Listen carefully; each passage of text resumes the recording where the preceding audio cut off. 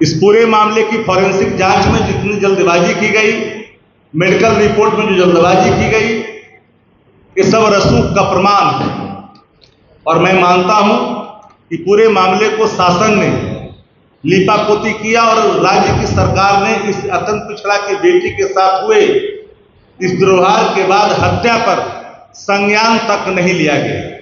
Panorama group, जो सोचता है वो करता है। आपके अपने सपनों का आशियाना।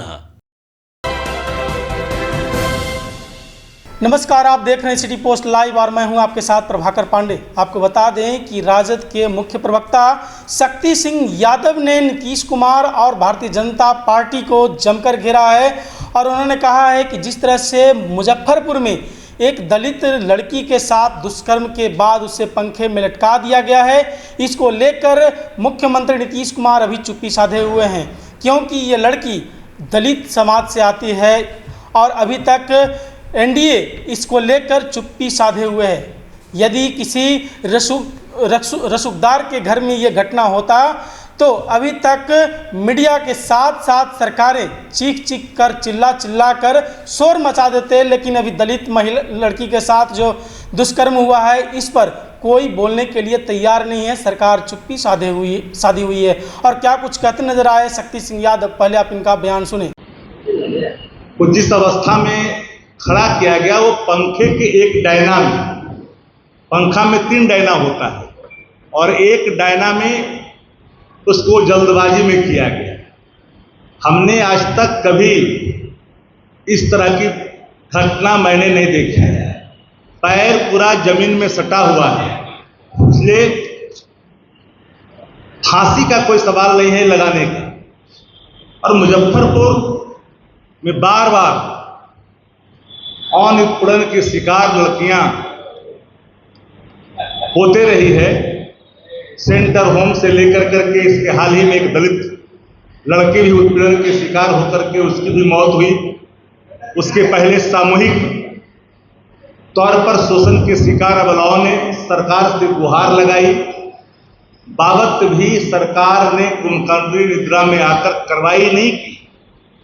महत्वपूर्ण विषय यह है कि आयशा कुमारी की उम्र मात्र 16 वर्ष है।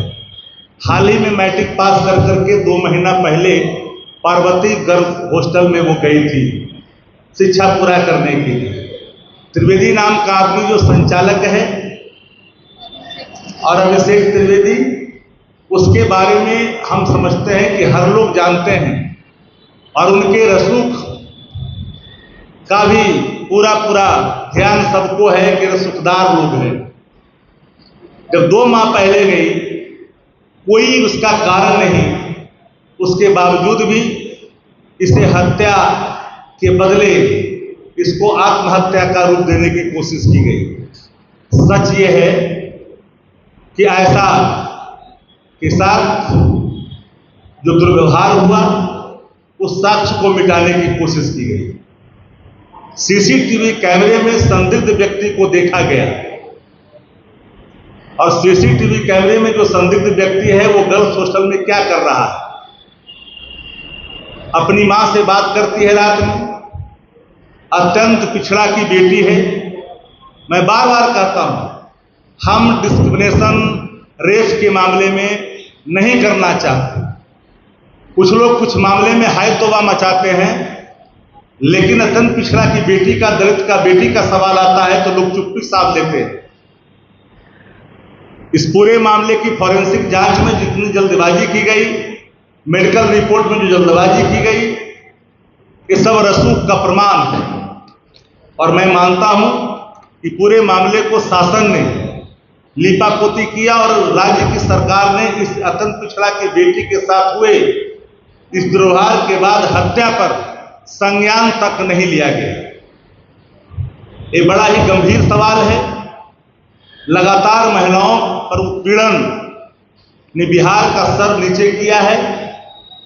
दूसरे जगह कहीं कुछ होता है तो हाय तौबा मचाने वाली एनडीए इस विषय पर चुप्पी क्यों? दलितों की बेटी पर चुप्पी क्यों? आयशा अत्यंत पिछड़ा की बेटी है इसलिए चुप्पी है। राज्य की सरकार चुप्पी साध रखी है। इस पूरे मामले में प्रथम दृष्टया चीख करके कहती है ये हत्या है और इस साक्ष्य को मिटाने की कोशिश की गई है। हम हाई लेवल जांच की मांग करते हैं।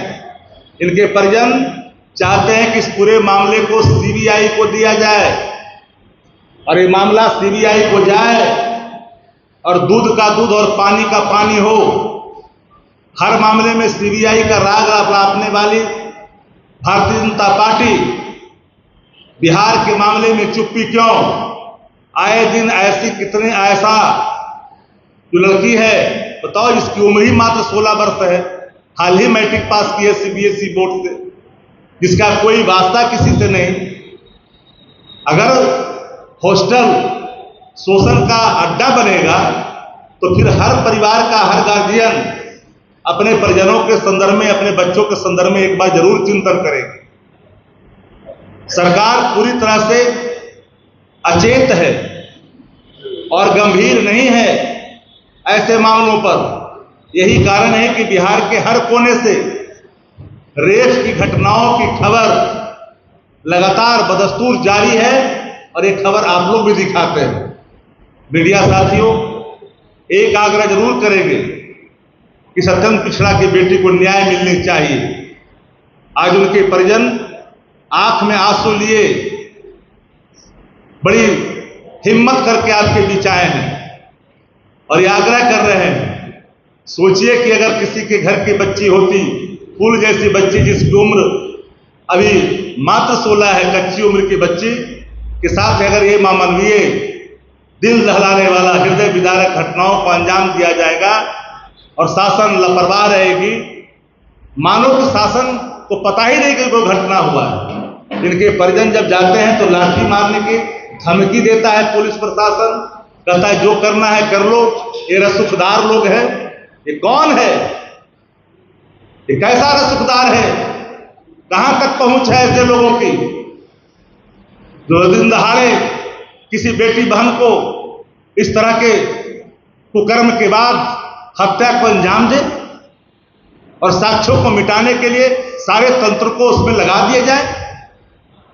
जब इसके परिजन नहीं आए तो बिना परिजन के कैसे आपने चीजों को आपने समेट लिया? परिजन को संतुष्ट होने देते? यहां बैठा हुआ एक आदमी को ईमानदारी से बताए कि फांसी की अगर कोई बात होती तो एक पत्ते में नहीं होता।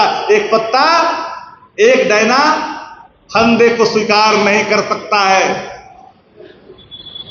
और ये फोटो चिक चिक के कह रहा है एक डैना है, 3 डैने वाले पंखे में एक डैना में उसमें सटा दिया गया है। चोरी करता है लेकिन ईश्वर वहां संकेत दे देते हैं। और देखिए कि जिस तरह के प्रमाण हैं फोटो में, ये क्या ये स्पष्ट नहीं है? ये फोटो स्पष्ट नहीं करता। देखिए जमीन पैर पर है कि नहीं है, एक डैना है कि नहीं है, क्या इसकी मौत इस कारण हुआ है, इसको जबरन नहीं लटकाया गया है। राजद के मुख्य प्रवक्ता शक्ति सिंह यादव ने कहा कि जिस तरह से उस लड़की के साथ दुष्कर्म हुआ है और एक तस्वीर हाथ में लिए हुए हैं शक्ति सिंह यादव, और उस तस्वीर को दिखा करके ये कहते नजर आ रहे हैं कि जिस तरह से इस लड़की का, इस बच्ची का पैर जमीन में सटा हुआ है और पंखे के एक पत्ती के साथ वो फांसी पर झूली हुई है। एक पत्ती के साथ कोई फांसी पर झूल नहीं सकता, पत्ती उस फांसी को सपोर्ट नहीं कर सकता है। इससे साफ जाहिर होता है कि उस लड़की के साथ दुष्कर्म के बाद उसे जबरन लटका दिया गया है साक्ष्य को छुपाने के लिए। जब वहाँ उसके परिजन जब जाते हैं तो परिजन के जाने से पहले ही सारा साक्ष्य जो है वहाँ से मिटा दिया जाता है। जब परिजन पहुँचते हैं तो सिर्फ हाथ में सिर्फ लाश ही मिलता है, बाकी कुछ भी साक्ष्य सामने नहीं आ पाता। पुलिस को जब इन्फॉर्म किया जाता है तो पुलिस वहाँ पे मौजूद नहीं होते, उस घटना पे घटनाक्रम में मौजूद नहीं होते पुलिस। इस तरह का हृदय विदारक घटना को अंजाम देने पर शक्ति सिंह यादव ने मुख्यमंत्री नीतीश कुमार को जमकर घेरा है। कहा है कि जिस तरह से मुजफ्फरपुर में लगातार अपराध की घटना घट रही है, बलात्कार लड़कियों के साथ हो रहा है, इस पर सरकार चुप्पी क्यों साधे हुए है। और उस अभी तक जिस तरह से दलित लड़की के साथ हो रहा है, यदि कोई रसूखदार के यहाँ होता तो अभी सरकार चीख चीख कर हल्ला करके और उसका कार्रवाई करता, जबकि अभी दलित लड़की के साथ हुआ है, तो इस पर सरकार चुप्पी साधे हुए इसे साफ जाहिर होता है कि सरकार दलितों के खिलाफ है और इस तरह से दलित को दरकिनार करके सरकार अपना काम चला रहा है। इस तरह का बयान देते नजर आ रहे हैं शक्ति सिंह यादव। तो क्या कुछ कहते नजर आ रहे हैं मैंने आपको सुनाया। फिलहाल इस खबरों में बस इतना ही। आगे के तमाम खबरों के लिए बने रहे मेरे साथ। वीडियो को लाइक करें, शेयर करें, चैनल को सब्सक्राइब करना ना भूलें। धन्यवाद।